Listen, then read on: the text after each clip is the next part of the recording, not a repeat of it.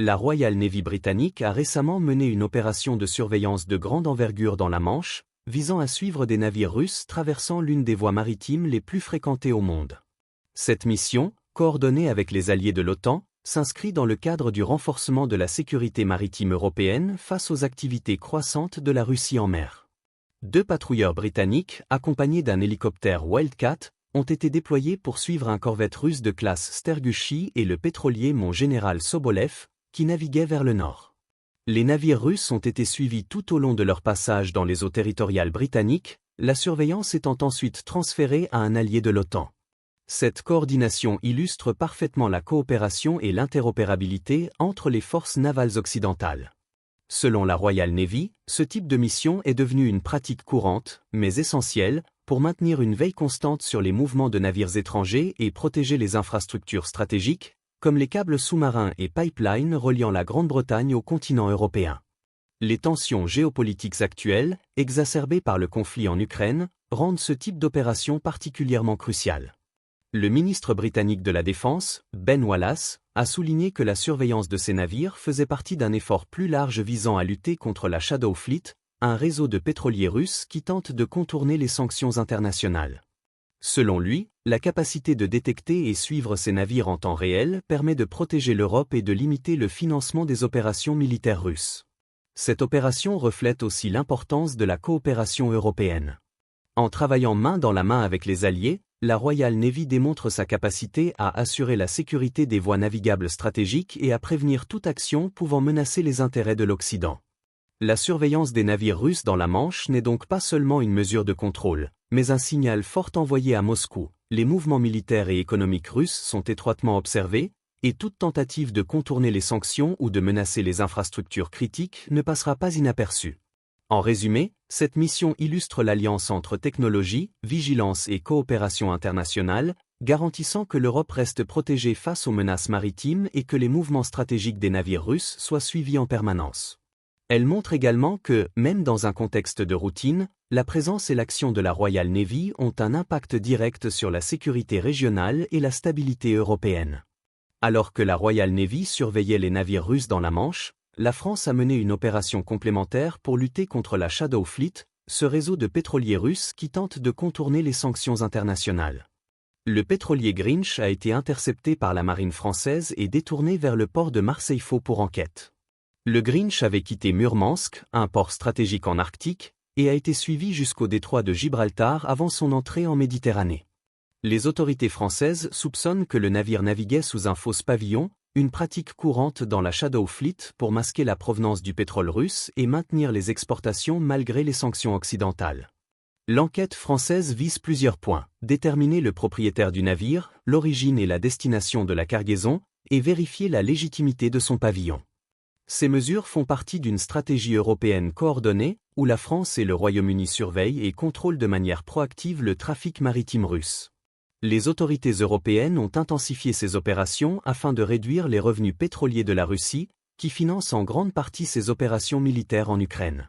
Selon les experts, la Shadow Fleet est constituée de navires âgés, souvent enregistrés sous des pavillons de complaisance, et qui utilisent des transferts de cargaison en mer pour dissimuler l'origine réelle de leur pétrole. La coordination franco-britannique montre que l'Occident adopte une approche intégrée: surveillance maritime, contrôle des sanctions et actions judiciaires. Les navires suspects sont interceptés, détournés et inspectés pour empêcher toute tentative de contourner les restrictions économiques imposées à Moscou. Cette opération souligne aussi la capacité des alliés européens à réagir rapidement et efficacement. Alors que la Russie tente de maintenir ses exportations de pétrole malgré les sanctions, la France montre qu'elle peut agir directement, même en haute mer, pour interdire le passage des navires non conformes. L'action sur le Grinch envoie un message clair à Moscou: les tentatives de dissimulation ne seront pas tolérées, et les navires russes impliqués dans la Shadow Fleet seront surveillés et interceptés.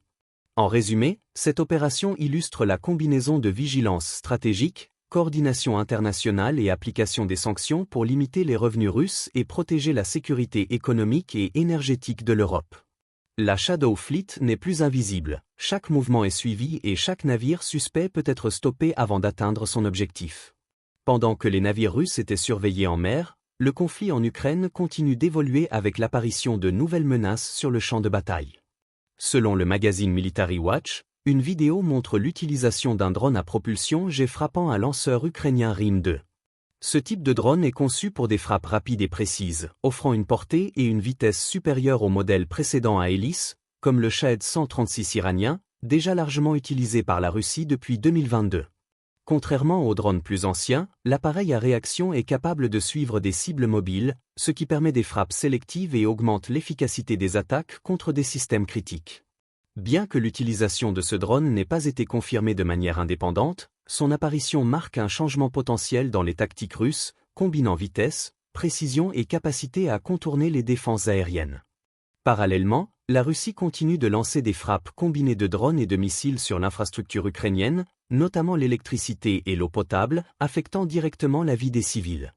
Ces attaques massives saturent les systèmes de défense aérienne ukrainiens, obligeant l'Ukraine à adapter continuellement ses stratégies pour protéger les populations et les installations critiques.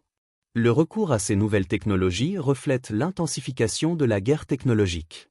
Les drones à propulsion jet, plus rapides et plus coûteux, sont utilisés pour des cibles prioritaires, tandis que les modèles plus lents et moins chers comme les Shahed 136 sont déployés en masse pour submerger les défenses.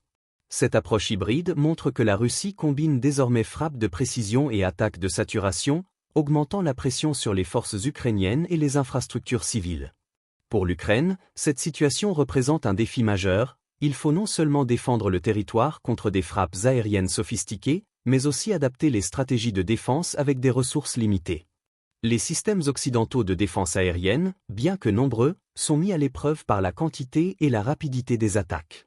En résumé, le champ de bataille ukrainien évolue rapidement avec l'émergence de drones à propulsion avancée, modifiant la dynamique des combats et des frappes sur les infrastructures. Les attaques russes combinent technologie, vitesse et saturation, forçant l'Ukraine à adapter sa défense tout en soulignant l'importance de l'appui militaire occidental pour maintenir sa résilience face aux nouvelles menaces. Face à l'intensification des frappes russes, le président ukrainien Volodymyr Zelensky a annoncé une réorganisation majeure de la défense aérienne du pays. L'objectif est de mieux protéger les infrastructures critiques, notamment les réseaux électriques et les centrales nucléaires, tout en s'adaptant aux nouvelles menaces posées par les drones à propulsion avancée et les missiles de précision. Cette réorganisation prévoit la création d'unités mobiles de défense, capables de se déplacer rapidement pour intercepter les attaques avant qu'elles n'atteignent des installations vitales. Les forces ukrainiennes utiliseront également des drones intercepteurs et des systèmes de défense courte portée pour compléter les batteries antimissiles existantes, offrant ainsi une couverture plus flexible et réactive contre les menaces aériennes. Le président Zelensky a également annoncé la nomination d'un nouveau commandant adjoint de l'aviation chargé de superviser cette transformation et d'assurer la coordination des différents systèmes. Cette mesure vise à améliorer la rapidité de réaction et l'efficacité globale de la défense aérienne ukrainienne face à des attaques de plus en plus sophistiquées et variées. L'importance de cette réorganisation est accentuée par le contexte hivernal. Les frappes russes visent régulièrement les infrastructures énergétiques, provoquant des coupures d'électricité et de chauffage dans plusieurs régions, y compris à Kiev, où les habitants doivent faire face à des conditions climatiques rigoureuses. La protection de ces infrastructures est donc cruciale pour le bien-être des civils et le maintien des opérations militaires. L'Ukraine bénéficie du soutien de ses alliés occidentaux, qui fournissent des systèmes de défense aérienne avancés, des générateurs et d'autres équipements pour renforcer la résilience du réseau électrique. Cependant, malgré ce soutien, la pression exercée par les attaques russes reste intense et nécessite une adaptation constante des stratégies de défense. En résumé, la réorganisation de la défense aérienne ukrainienne reflète une stratégie proactive et innovante.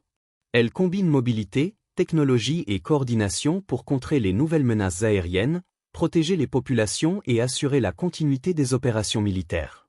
Cette transformation illustre la capacité de l'Ukraine à s'adapter rapidement face à un adversaire technologiquement avancé, tout en s'appuyant sur l'appui occidental pour renforcer sa sécurité nationale et civile. Alors que la Russie intensifie ses frappes en Ukraine et tente de contourner les sanctions par la Shadow Fleet, l'Occident adopte une stratégie coordonnée et multidimensionnelle pour contrer ces actions. Cette approche combine pression économique, surveillance maritime et soutien militaire, illustrant une réponse globale aux défis posés par Moscou. La dimension économique est représentée par les opérations de la France et du Royaume-Uni contre la Shadow Fleet. L'interception du pétrolier Grinch par la France et la surveillance des navires russes par la Royal Navy visent à limiter les revenus pétroliers de la Russie, essentielles au financement de ces opérations militaires. Ces actions montrent que l'Europe peut frapper directement les mécanismes d'évasion des sanctions et envoyer un message clair: toute tentative de contourner les restrictions sera surveillée et sanctionnée. La dimension militaire repose sur le soutien continu à l'Ukraine. Les forces ukrainiennes adaptent leur stratégie pour faire face aux frappes russes, en particulier avec la réorganisation de la défense aérienne, le déploiement de drones intercepteurs et la protection des infrastructures critiques. Le soutien occidental, sous forme de systèmes de défense aérienne avancés, d'armes et d'équipements logistiques, permet à l'Ukraine de renforcer sa résilience malgré les attaques constantes. La dimension stratégique et de sécurité se traduit par la coopération entre les alliés de l'OTAN. Le suivi des navires russes dans la Manche et le transfert de responsabilité à un allié de l'OTAN démontrent une coordination efficace pour protéger les infrastructures maritimes et garantir la sécurité européenne. Les efforts combinés montrent que les actions économiques et militaires sont intégrées dans une stratégie globale pour contenir la Russie. En combinant ces trois dimensions, l'Occident envoie un signal fort: la Russie ne peut pas agir impunément. La coordination des opérations maritimes, le contrôle des exportations pétrolières et l'assistance militaire à l'Ukraine illustrent une réponse complète et cohérente aux défis posés par le conflit. Enfin, cette approche souligne l'importance de l'interdépendance entre sécurité économique et militaire. Les sanctions, la surveillance navale et la défense ukrainienne sont liées. Limiter les revenus russes affaiblit sa capacité militaire, tandis que protéger l'Ukraine et ses infrastructures assure la stabilité régionale. En résumé, l'opération britannique dans la Manche, l'action française contre le Grinch et le renforcement de la défense aérienne ukrainienne sont des exemples concrets d'une stratégie occidentale intégrée, combinant vigilance, action et soutien pour défendre les intérêts européens et soutenir l'Ukraine face aux menaces russes. Si vous voulez rester informé des dernières actualités internationales et suivre nos analyses détaillées, abonnez-vous dès maintenant et activez la cloche pour ne rien manquer.